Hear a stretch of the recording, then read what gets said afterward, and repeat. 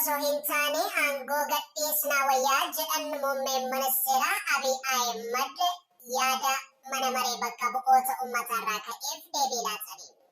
Ministeera muummee Abiy Ahimad gaaffilee ciccimoon kallattiin dhiyaataafii turan keessaa miseensi paarlaamaa tokko muummichi akka aangoo ministeera muummee duraanii obbo Hayilamaariyaam Dassaaleny aangoo akka gadhiisu gaafatan. Gaaffileen miseensonni paarlaamaa kaasan ijoon dhimmoota akka hanqina nagaa fi tasgabbii guutuu biyyattiif akkasumas qaala'insa jireenyaaf hanqina bulchiinsa gaarii misoomaatti baay'inaan ka'ee jira.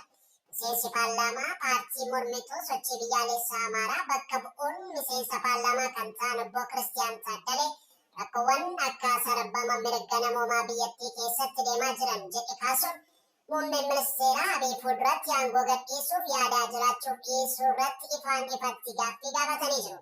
Ministeerri muummee Dr. Abiy Ahimad deebii gaaffii miseensa paarlaamaa kanaaf laataniin aangoo gadhiisuu osoo hin taane aangoo gadhiisnaa wayyaa jedhan.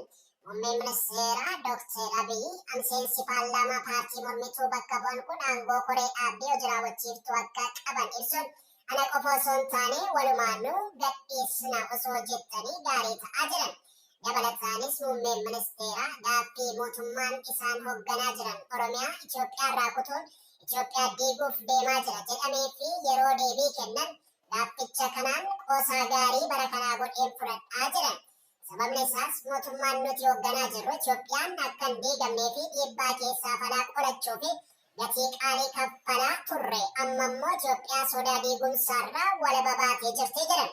Muummichichi dabaluun Itoophiyaa waan jaallannuuf Oromiyaa buqqisuufis fedhii hin qabnu biyya diiguufis kaayyoo hin qabnu diiguu osoo barbaanne immoo qaamni nu ittisu kamtu jira jechuudhaanis deebii laatanii jiru.